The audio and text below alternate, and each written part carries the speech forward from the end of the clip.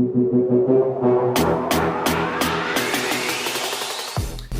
guys! Hi. Wait, let's say that again. Okay, 1, 2, 3. Hey guys! Welcome to Keeping Tabs. I'm Ricky. And I'm Tony. And we are the hosts of your favorite new podcast, obviously. This is Keeping Tabs, and we're keeping tabs on everything that's hip, everything that's hopping, everything that's whatever everything is doing. The trends, we're gonna be talking the about lifestyles, everything you can think of. We Right. want to keep it lighthearted, fun, make it a space where it's, this is your comfort podcast. You get home and you put it on while you're doing anything, you sip a little wine and just relax and enjoy. So people are asking what Keeping Tabs is all about. But before we reach about Keeping Tabs and trying to uncover what that is, you guys will find out what that is as you watch the episodes, right? But let's talk a little bit about what Tabs is. So we are a part of the Tabs project, which is under the Asha Company. We are the social outreach arm of the Asha Company. So we deal with everything from HIV testing, syphilis testing, free things, giveaways, counseling, everything. Clear things, right? Things, so if you guys are interested in any of those services, you can come in. But right about now, we just want to talk to you about something very important. And for that, we have a very important guest that will be joining us. That's right. So our important guest for today is Mr. Corv Da Costa. Give him a warm welcome. So we have this is our first guest on the podcast. How are you feeling, Tony? Let me interview you. How are you feeling? I'm a little bit excited. I'm a little bit nervous at the same time, but I see big things now. All right, interview me and ask me how I'm feeling. How are you feeling, Ricky? I'm feeling elated, ecstatic, amazing, right? So Corv is here, and Corv, how are you feeling to be the first guest on Keeping Tabs podcast? It's perfect, excited. Love to hear it. Seems good. So Corv and all these other amazing guests that we have for this season will be joining us, and an episode will be dropping every Wednesday at 12. Yeah. Every Wednesday at 12 we get an episode where we're keeping tabs with I guess I feel like that's sometimes I guess, sometimes not I guess. Sometimes you'll just listen to the two of us. Right. I feel like that's a deal that you can't pass on. Speaking of deals that we can't pass on, let's hear a little bit more about Corv. Right. What's the deal with Corv? I actually recently got introduced to Corv and I was shocked to see he was doing so much. Right. So a lot of you might know him before me, but I know him as a marketing genius. Right. He knows how to make sure you reach where you want to go, reach the people you want to reach. So he had to be our first. Right. Separate and apart from that, he's a life and fitness coach. So any coaching you want, whether it be lifestyle, health, muscle marketing, like we have to go book a session with him because summer is coming. And look at Corv. Summer is here. Summer is hot. Right? So, separate and apart from that, though, I also found out that he loves politics, business, strategy. It's like, what can you not do? Tell us, Corv, what can you not do? I don't want to cook. So you don't like cooking? So no cooking. As long as I don't have to be in the kitchen, then you're good. When I cook, it turns out good, but I don't really want You don't to. like the I get that so much. Like, I'm like that for real, Yeah. I'm literally I like don't that. think you guys don't like cooking. I think you guys don't like the prep work. I don't like the prep. I just don't. I don't like the prep work. I don't like the work. I don't like the after work. I like the product though. But like to cut up chicken and them something there, to be slaving over food for 2 hours, and then the dirty things are left after. Too much. It's just a lot of energy and a lot of effort for whatever it is. I can't talk because I love to cook. Well, at least me and Corp agree on something so far. But Probably one for the rest of it. Right. So the topic for this episode is Gen Z versus Millennials. Millennials. That word has always given me a problem. Sure. Millennials. Right. And this has been a topic since the terms came about. Everybody disagree on this point, that point. So today, we want to get to the bottom of it. Right. The root of it. Stir it up. Make sure we're good, right? Right. So I wanted to focus on, so you guys will be my debating persons. What do you call them again? I don't I don't know know. what they're called. But Right. yes. Research, chat. You're gonna be doing Gen Z. I'll be doing and Gen you'll Z. be on the side of millennial. Right. But before we get into that, I want to make sure we understand who is considered as a Gen Right. Z and who is considered a millennial. Okay. So I did my little research. Your little because you have to research. be factual. Right. And millennials are, this will be you, right? Not throwing your age out there. But millennials are defined as those born between 1981 and 1996. So they would be within the age range 29 to 44. And Gen Z, that's you, is anyone born between 1997 to 2012. So anyone between 13 and 28. Okay. All right. I don't identify as either because I'm just the host today. Right. Okay. That's fine. You can identify as whatever you want to identify as 2025. So I wanted to getting right into it. No dilly dallying because we got places to go, Right, people definitely. to see. Getting right into it, I wanted to focus on key areas that I think everybody can resonate Right. with. So Such we're going to talk a as- little bit about relationships. We're going to talk a little bit about work life and like your career. And then we're also going to talk about just overall how you view society, social behavior, lifestyle, etc. Okay. Right? So the first thing I wanted to ask is, I want to ask you. I'm gonna start with Yeah, Core start because with he's Core. a special guest. So Core, how do you view job loyalty as a millennial? Because remember, that's what we're here to debunk. Well, I feel representing millennials, we are very loyal because we have so many responsibilities from families to children to even ourselves. We really are an ambitious set of people because we are the first sometimes who would have gone to university to get a first degree. And so there's a lot riding on our lives, and our decisions can't be flippant. So we're very mature. We double check, think through, pray about if we are in a church, and maybe even consult with people who would appreciate the perspective that we have. And so I think millennials are loyal in a job market. We're the ones who will stay even when the times get rough, but when it's really unbearable, we're the first to go. It's not fulfilling me anymore. Let me cut. Okay. So you guys use loosely value fulfillment, but also have an obligatory aspect to it as well. So Absolutely. you'll be there for 10 years, 15 years, but at the point that it gets to, this is no longer serving me, then you'll leave. Yeah. Okay. And Ricardo, I feel as like a Gen Z? Gen Z shares the same foundational sentiments, but not the other stuff, right? So what I mean by that, foundationally, when we get fed up, we're going to leave.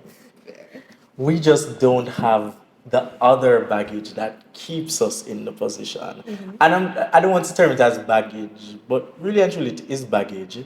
It's just probably baggage that's morally good to have or whatever. Your family needs you, you have children, whatever it is. We don't have that much depending on us, Fair. if we're being very, very fair. Some of us, we're still in our parents' house, we're driving our parents' car, we're eating our parents' food. We don't have a care in the world. So we get to exercise or Using all your freedom. use your freedom to say, I don't have to do this anymore. I don't have to stay here. I don't have to tolerate you speaking to me a certain way. I don't have to get up early and come to your job and slave up myself and be unhappy and mash up my mental health and have to watch Netflix shows in the night and all of those stuff. I don't have to do this. And so we make decisions that are serving our internal and intrinsic self-actualization than, extrinsic factors such as providing for family or whatever it is. So that's where I think the difference is for us. It's so interesting he says that because I feel when we were their age, I feel our parents advocated for so much independence. Right. And so it's very interesting to see young people who are Gen Z are still living with their family, which is not a good thing. They can save a lot of money, but I feel the millennials, we were forced to go to school and figure life out on your own. Because once you reach a certain age, Yeah. you can't Come out to the So many of us at 28 would have been on our own long time, maybe right after university, or even if you never went to university, you're living on your own and figuring life out. So from a mature perspective, making decisions, millennials have been making mature decisions for a long time. I feel like we Gen Zs, we make decisions, but we have like training wheels and we have a safety net. A safety net. Right. So there's always a safety net. So we can always. So for instance, wow, I don't want to use myself in this example. For instance, me, I make a particular amount of money every month, and by like the middle of the month, that particular amount of money is spent doing the things that I want to. And I then call my parents and say, Daddy, I need some money. And Daddy's money takes care of me until pay cycle comes again. And I am an adult, but I understand. I mean, so to be completely fair, it can be said that you enjoy the freedom that you have because of the work that millennials would have put in. Right. So, now that you brought up the topic of money, I did want to ask, how do I say, manage money in your different age groups? Or do you think you're more frugal? Do you value budgeting? Do you think, the Lord will provide one day? Do you believe in saving for a rainy day? Do you have like a percentage of your salary goes here? How do you do it on a whole? I think there's so much shame in being a millennial because you're forced or expected to have everything together. So the career must be together, the family, the independence part of it. I don't think if you're a millennial and you're somehow living hand to mouth, I think there's so much shame with that because you're so old, you should have life together. And we may not have the luxury of going to daddy and go, give me monthly stipend. So we are forced to make conscious decisions that will propel us further in life. So even if we're at a 9 to 5, we're figuring out how do I have a side hustle on the side just to make ends meet. And if someone is 40 or 44 as a millennial, their kids involved, university, high school, big bills are on the table. So we are making decisions that will support not only a generation but multiple families sometimes. I like that, and what you just said to me is that I feel like millennials have been kind of forced or aggressively molded into being just learning all these lessons. I feel like for Gen Zs, we choose the lessons that we want to learn, and I'll explain. For instance, with budgeting, I noticed my money patterns and all of those things. So I looked into budgeting and looked into, financial classes or whatever because I noticed my patterns and I had specific goals. But it wasn't a case where I hit rock bottom or I was worried about me, blah, blah, blah, blah, blah. I've never, probably in most of my years of probably from 17 coming up when I started getting my own money and stuff like that, I've never been worried about my finances because I knew that I had my parents. So I've never been forced to say, oh my God, I have to budget because if I don't budget, I'm not going to have somewhere to live, or if I don't budget, I'm not going to have this, or if I don't budget, I've never had that mind. I've never had that to deal with. And even if I do, let's say I'm saving for a trip or I'm saving for something, I don't, I realize I don't have the inherent discipline to do it without like me forcing myself to do it. Like it's not something that Okay, I I get can, yeah. So that's what I'm noticing with myself. And it may be a thing of my generation as well. I'm not sure, but yeah. It's so interesting because the millennial parents are in their late 60s, 70s, and I feel that generation never had the luxury sometimes of going to a university. Right. So the kids normally were forced, listen, you Yes, have to you have to become finish. Right. this mature, Right. this ambitious, do the degree, do the schooling. So I feel it's so interesting to see how parents of Gen Z are a little bit more softer or Right, kinder. right. So they call it soft parenting, Right. maybe. Yeah. They'll pamper the kids a little bit more, even when they are 28, almost 30. Right, definitely. But oh my, you guys are just leading right into the questions, right? Because you brought up the topic of soft parenting, and I said I was gonna be impartial. Forgive me, but I personally believe soft parenting is for soft children. Yes. If you are out of line, then we need to go back to Right. the whoopings and all that. But that's a whole different topic. Right. Um, I feel like when and if I become a parent, it's my let's just bring this into the debate: Gen Z versus millennial. Like if I become a Gen Z parent, right. like if I, God forbid, have a child right now, I I'm feel screaming like inside.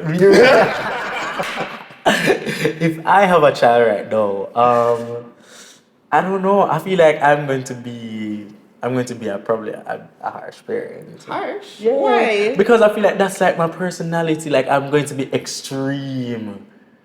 Like I'm going to be extreme. Like today I was helping out with the summer school children, and like there's this girl, and I was like, me and her around, and I said, like we don't know, we're just extreme. Like and it just comes so naturally to me. Like I'm just going to be an extreme parent.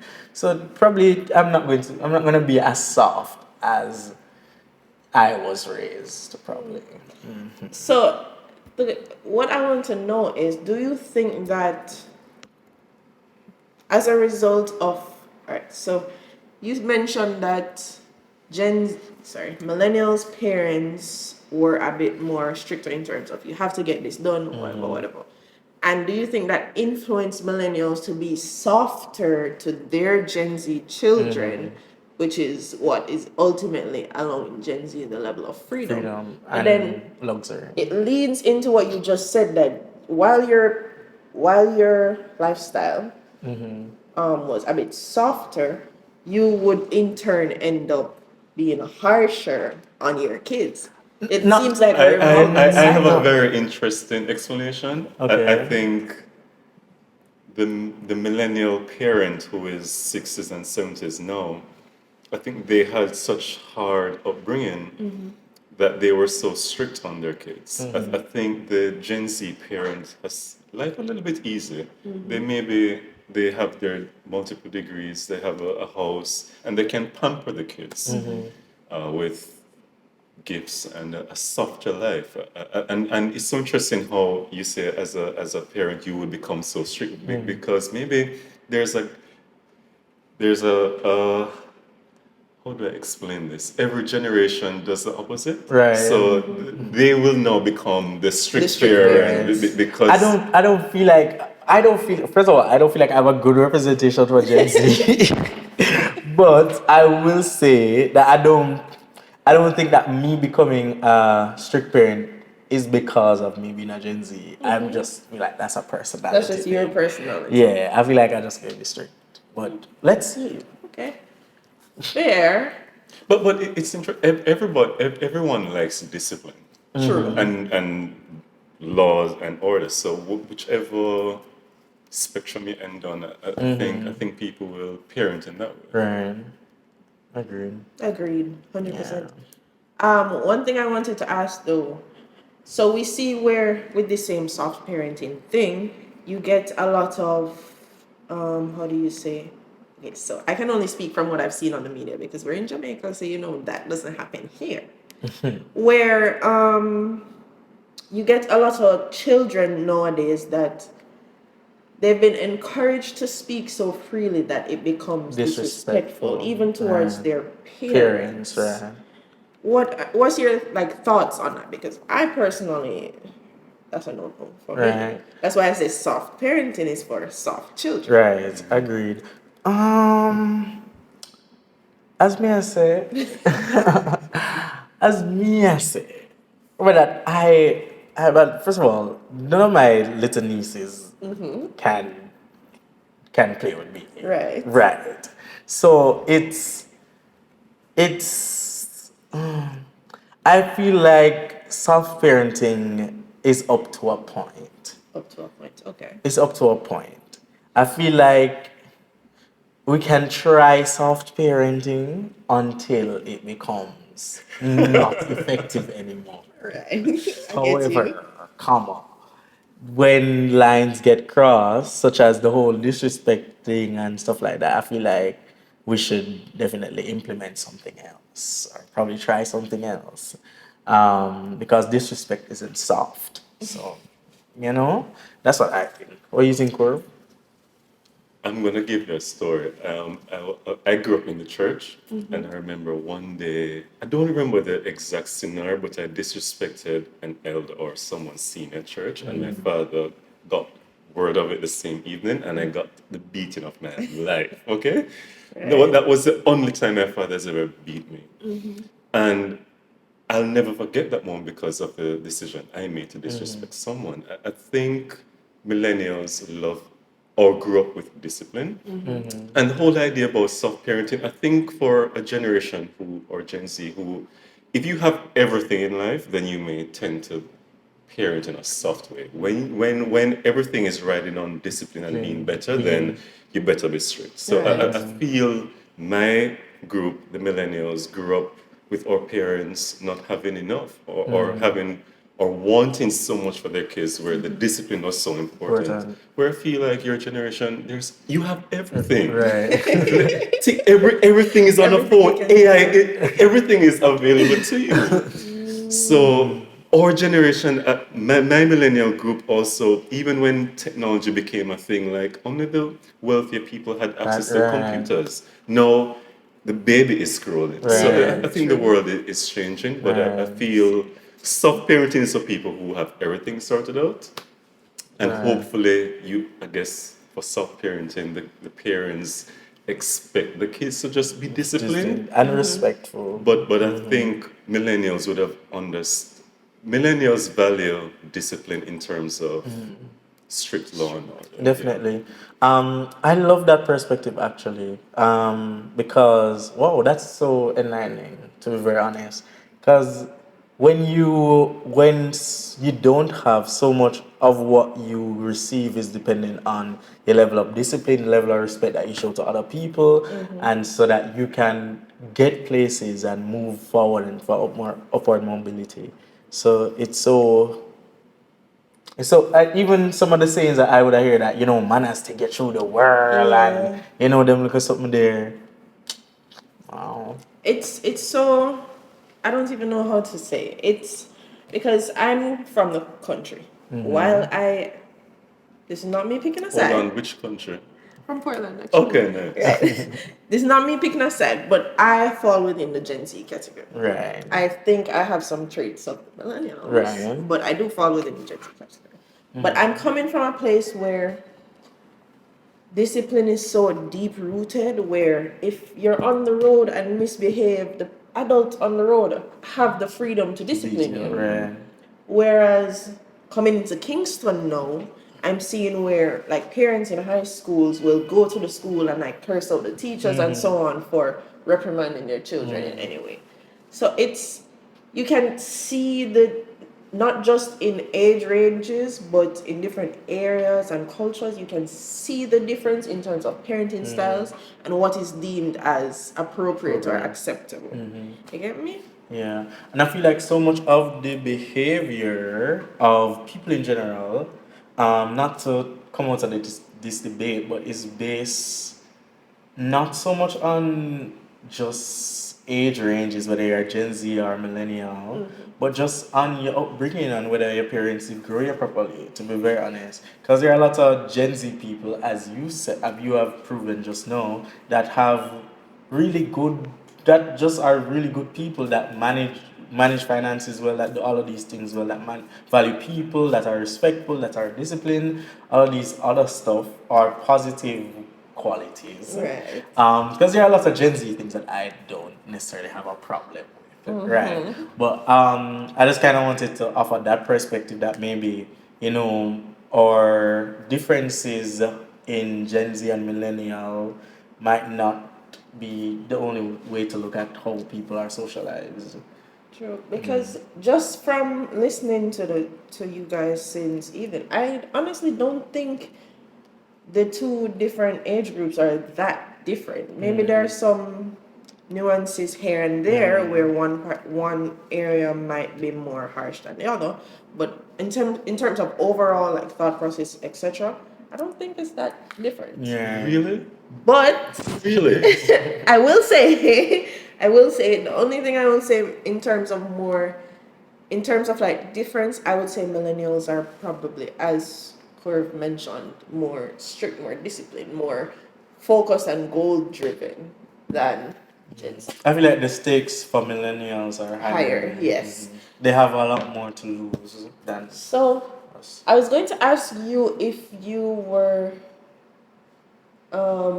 by the time you got to Corp's age, which we're not highlighting, if you think you would be in the same mindset. But before that, I wanted to ask you, do you think that if, I know what I want to ask, but sometimes phrasing the question, it gets away from it. It's like, I'm asking if you were grown in the softer life that Gen Z has right now, do you think you would get to where you are? No. Really? I'd be disrespectful to people. I'd be willing to walk away from things easily. And I think there is so much value in how millennials are. Just in terms of how we approach things. In the workplace, we're going to be the one to maybe see different sides of the story, different perspectives, and then come to an emotional, intelligent decision. I think for me, the Gen Z is, they may be faster to make a decision, which is great, but is it going to be the best decision? I think experience is going to be on the millennial side. Yeah. Okay. That makes so much sense. I cannot even argue with it. I cannot argue with that at all. But yes, do you think that when you get to Corp's age, you would be within the same mindset or something similar? Let's hope. I hope so. Actually. I hope. That I does hope not so. sound like a No, good I answer. hope so, because I feel like right now I'm in a. I hope so, because I'm growing. But right now, for like the next couple of years, I kind of see myself in this. You know, I'm still attacking my goals and growing and doing all of these things, but I'm not in this anxiety taking over myself and I have to do this Have and to I'm do this not by a certain beating up by time, myself. I'm not, just definitely not doing that. Not doing that at all.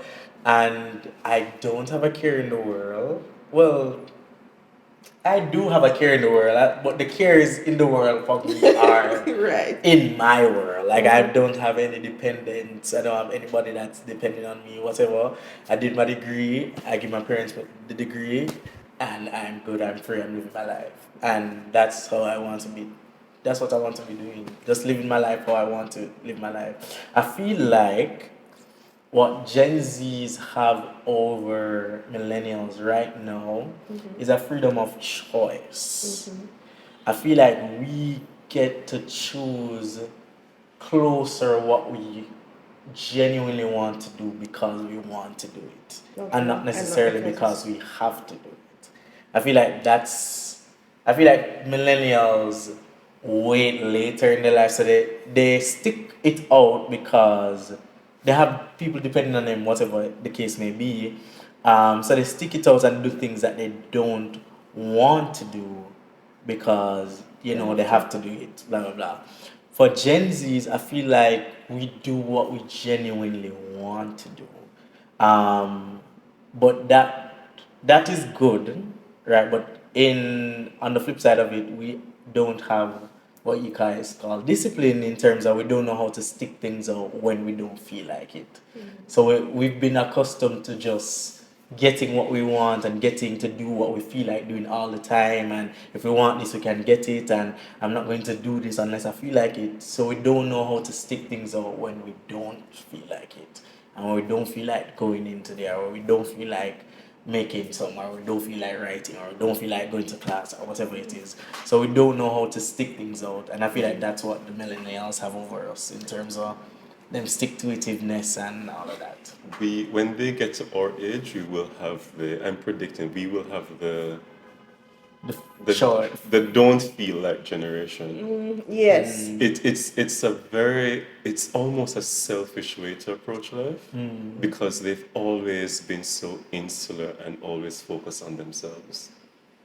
And the millennial generation, they've always had to not only look after themselves and the responsibilities, but also look after the people before them, the family.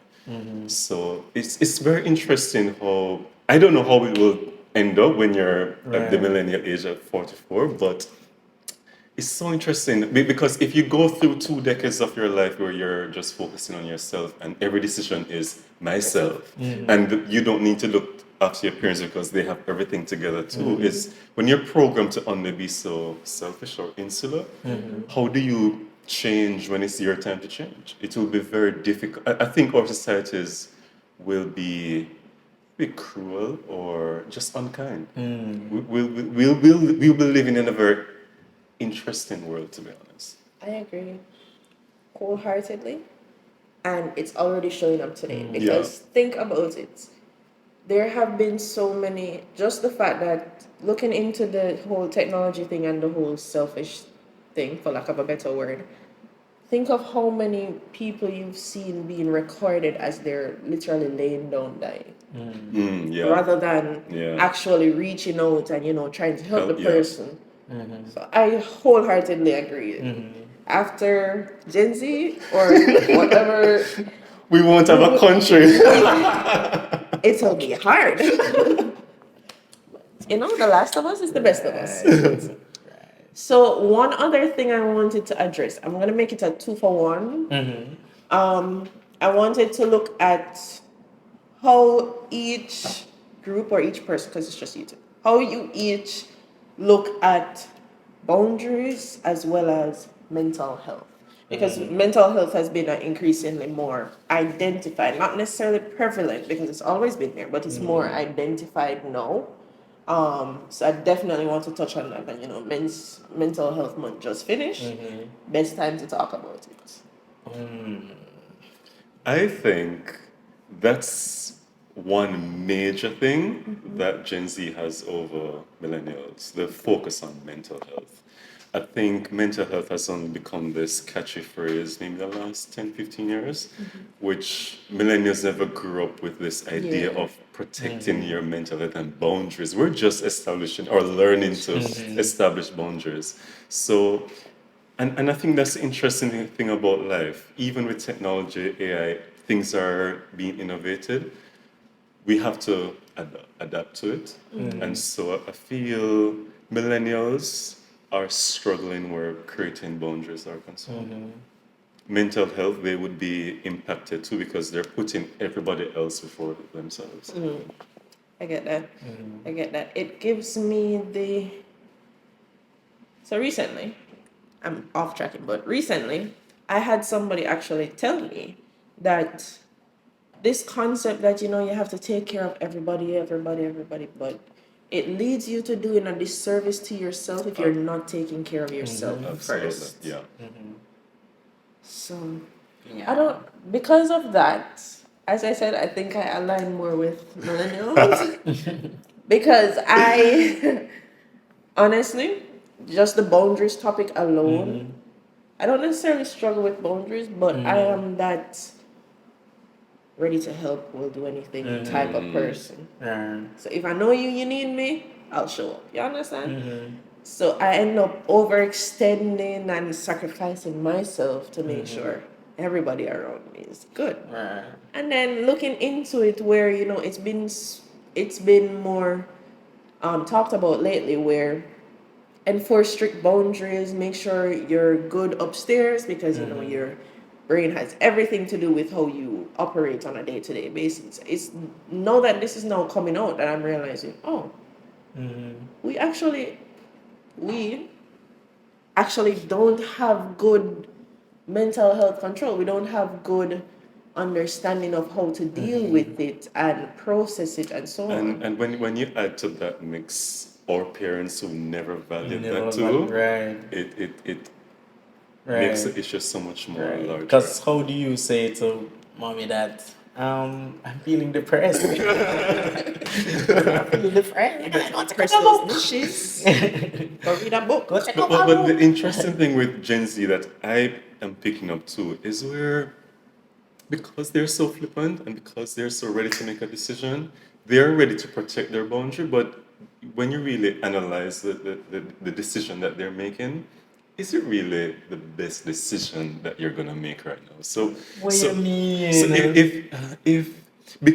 even on the job situation, if something becomes stressful, you just say, okay, this is it, and I need to move on instead of figuring out how can I learn? What am I supposed to learn through this experience? I had a friend that used to, like, as soon as he got hired, he would type up his resignation letter.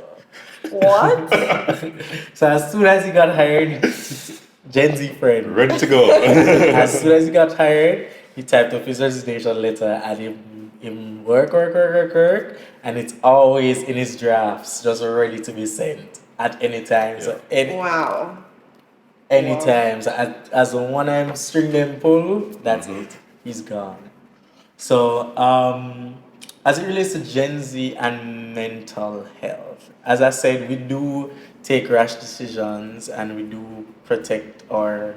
I feel like it's the wealth of knowledge. As you said, there has been, this huge surge of just information and conversation on mental health, and even people getting diagnosed. When I was in, even when I was growing up, it's like recently people start coming out and say, okay, I have this, I have ADHD, I have AC, OCD, whatever it is, all these mental health issues that, people would never speak about, or people would never even open up about. Okay, I do have this. So I think just us being born into a time where the consciousness, everybody's just aware of, these are real issues. These can affect you as much as a broken arm can affect you, as much as, a heart disease can affect you. We take it seriously and we know that it's a real thing. So we take measures to protect it. And if those measures are blocking, if those measures are stop talking to people, if those measures are coming off of social media, if those measures are whatever the measures are, we're taking them. However, some of our coping mechanisms are a little bit. A little bit. Yeah. Right. But we have to insert this in the conversation too, that Gen Z is gonna be the one to seek out therapy as well. That's true. No, trust. That is Yeah. true. Trust. That Trust. is Yeah, millennials will pray it away. I have a story. Lock it. I have a story. So when I was in first year of my engineering degree, I had a professor, Right. and he was at the time we were doing how are we doing? We're doing some surveying stuff because I do civil engineering, so we're doing some. He was teaching us how to do. I don't remember what the equipment name. Some surveying. We're outside, right? And he was opening up to a group of us that his best friend had died. So I was like, "Oh, sorry, your best friend has died. Have you considered therapy?" And he got like extremely offended, and I was like, "What the hell?" He got so offended. He was an older man, grew up and everything else. He got so offended. He was like, "What do you mean I get therapy?" And he was saying he thinks that I was telling him that he's going crazy or he's going mad, or so they think that going to a therapy means that you are mad or you are crazy. So there's also so much stigma or so much just there's so much shame around opening up or admitting or even getting a diagnosis that okay, something is not right mentally with you. Yeah. And I feel like we as Gen Z we're okay, we're fine with going to a doctor and talking to our problems because we kind of just want to not be like this anymore, or else somebody's gonna. I think a Right. part of that though is just it's society as well, because I think a large contributor to it is that it's more acceptable now for you to say I'm not okay. Versus Yeah. before you just have to suck it up Right. and brave the day.